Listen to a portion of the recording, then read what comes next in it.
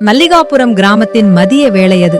காகங்களின் கரைதலும் தூரத்தில் கேட்கும் மாட்டு வண்டியின் சத்தமும் தவிர ஊரே அடங்கிப் போயிருந்தது. மீனாட்சி தன் வீட்டின் திண்ணையில் அமர்ந்து தனது பழைய தேக்கு மரப் பெட்டியை மடியில் வைத்து தடவிக் கொண்டிருந்தார். அந்த பெட்டி அவருக்கு மிகவும் நெருக்கமானது. அதை அவர் ஒருபோதும் கவிதாவிடம் காட்டியதில்லை. கவிதா வீட்டின் உள்ளே அம்மா சமையல் பாணியில் கிராமத்து மண்சட்டி வாசனையுடன் மதிய உணவை தயார் செய்து கொண்டிருந்தாள். அவளுக்கு அத்தையின் அந்த பெட்டி மீது எப்போதும் ஒரு சிறு சந்தேகம் உண்டு. அப்படி என்னதான் அந்த பெட்டிக்குள் இருக்கிறது என்று அவள் பலமுறை நினைத்திருக்கிறாள். மீனாட்சி எப்போதுமே கவிதாவை சற்று தள்ளியே வைத்திருப்பார். கவிதா, நீ படிக்கிற காலத்தில் என்ன வேணும்னாலும் பண்ணியிருக்கலாம். ஆனா இந்த வீட்டுக்கு வந்த பிறகு இந்த வீட்டு முறைப்படிதான் நடக்கணும். என் அனுமதி இல்லாம எதுவும் நடக்கக்கூடாது என்பது அவர் அடிக்கடி சொல்லும் வசனம். அன்று கவிதா அத்தைக்கு மோர் கொண்டு வந்தாள். தவறுதலாக அவளின் கை பட்டு அந்த தேக்கு மரப் பெட்டி கீழே விழுந்தது. பெட்டி திறக்கவில்லை. ஆனால் மீனாட்சி எரிமலையாய் வெடித்தார். உனக்கு அறிவு இருக்கா கவிதா? என்ன திமிரு உனக்கு? என் கண்ணு முன்னாடியே இத தள்ளி விடுறியே. இது என் அப்பா கொடுத்தது.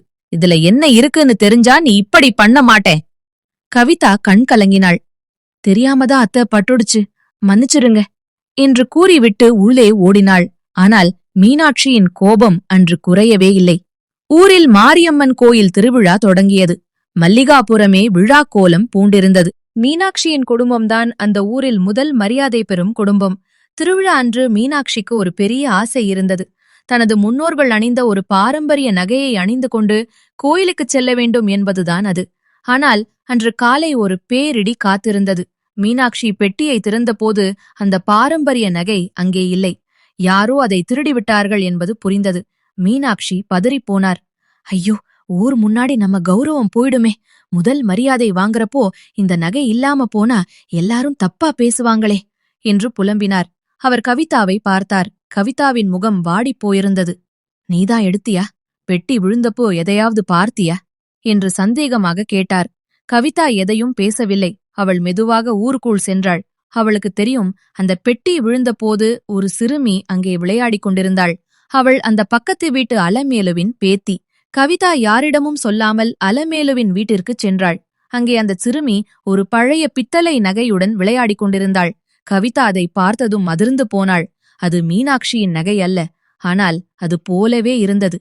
அப்போதுதான் கவிதாவுக்கு ஒரு உண்மை புரிந்தது. மீனாட்சியின் பெட்டியில் இருந்தது உண்மையான தங்க நகை அல்ல, அது கவரிங் நகை.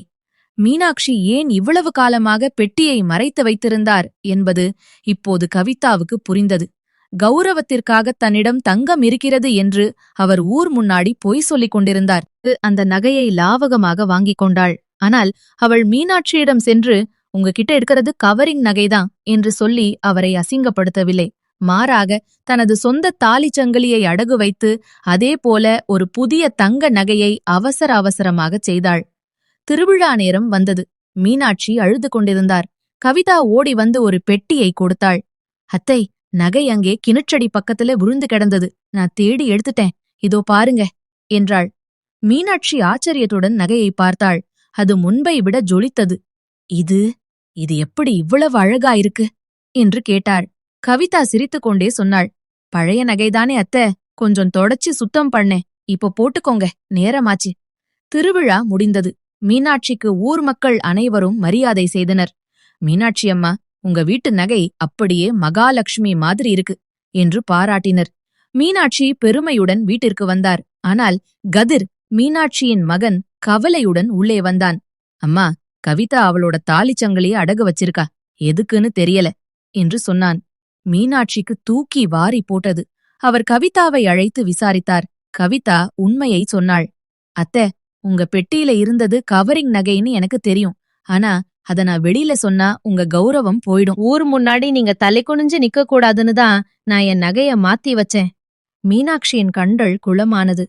நான் வெறும் பொய் கௌரவத்துக்காக ஒரு கவரிங் நகைய பெட்டியில வச்சு பூட்டி இருந்தேன்.